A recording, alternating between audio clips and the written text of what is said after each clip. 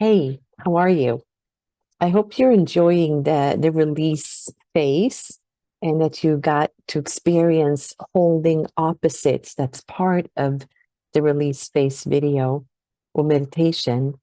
And I wanted to just kind of jump in here and talk a little bit about holding opposites, which is part of the phase two meditation, because holding opposite is a lot about how to shine a light into our shadows and how to become more okay with who we are. And I want to start here by talking a little bit about that tiny little gland in our brain called the amygdala. So, your amygdala is a tiny little part of your brain, and it's involved in the experience of emotions. So when you're under extreme stress, and when something stressful is happening to you, or there's some kind of danger around, the amygdala, it doesn't necessarily take over your rational mind, but it's almost like it's cutting off access for you to your rational mind, and all you just go right into emotions. And in the short run, you want your amygdala to do this, because it helps you run away from an attacking predator. It helps you manage crisis. And it is what's kept us alive as a species. But in the long run, you don't want your amygdala constantly active, because it's a constant. And the amygdala is what releases the adrenaline and the cortisol into your system. And a constant release of adrenaline and cortisol into your system for long periods of time, it can trigger panic attacks, anxiety disorder. And it kind of is almost like it's producing this ideal environment for disease to happen. And an overstimulated amygdala can create a really unhealthy, mostly negative assumptions on what is happening in your life, kind of based on a one-sided perception of your life. Let me give you an example of this.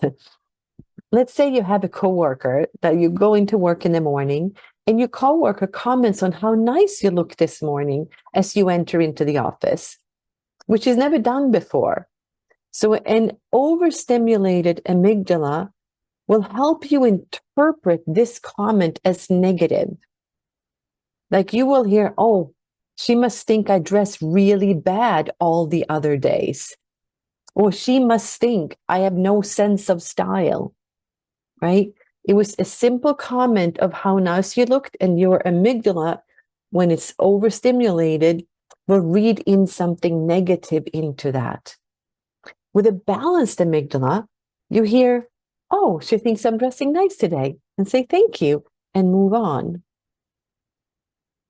So we can think of the amygdala hijacking. And if you Google amygdala hijacking, there are tons of videos and information out there about it.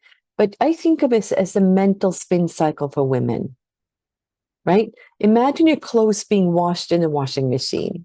And in the beginning, they're like gently being swirled around the water with soap. This is your rational mind. When something gets dirty, you clean it.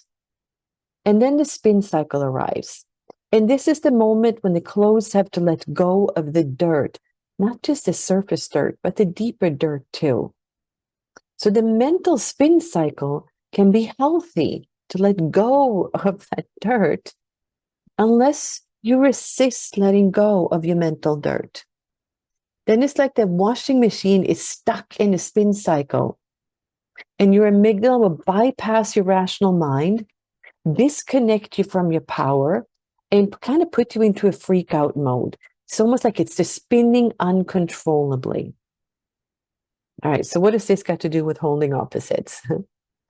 If you've had a chance to do the phase two meditation, you will have noticed that in the meditation, you ask to hold opposites. For example, you are enough versus you're not enough.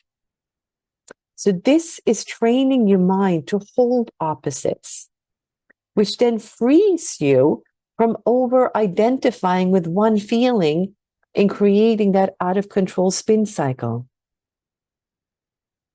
Like, just imagine feeling angry and be able to shift out of that anger by choice, right? It's like you're having a feeling versus being that feeling. And some people would say that holding these opposites is like the golden magic of the Yoga Nidra. And it's the same when we do shadow work. We learn how to call on an archetypal energy, whichever one we choose in the moment, so that we are in charge of that energy and using that energy versus it being in charge of us or it using us, right? So this is about rewriting your scripts that you live by on an unconscious level. This is powerful stuff. So by holding one feeling and then holding the opposite, it's like you receive a visceral understanding of this universal law that all is one. Like your mental body always have a preference in your everyday life. It's programmed to have ideas about what is right and what is wrong. And what we forget there is that there's also this space of awareness that's never changes. And in that space of awareness, everything's okay. You're good. Okay. And painful and stressful memories are still present. But holding opposites help you not live in the unconscious habits and those patterns that come from old pain, from old wounds and old stress. So practicing holding opposite, even outside of Yoga Nidra meditation, it's a really great tool to learn how to shift from being in the emotion to having an emotion. It's about giving you the choice of how to respond to an emotion. All right. I hope that helped. Feel free to comment or ask me questions about it. And I'll see you in our next call.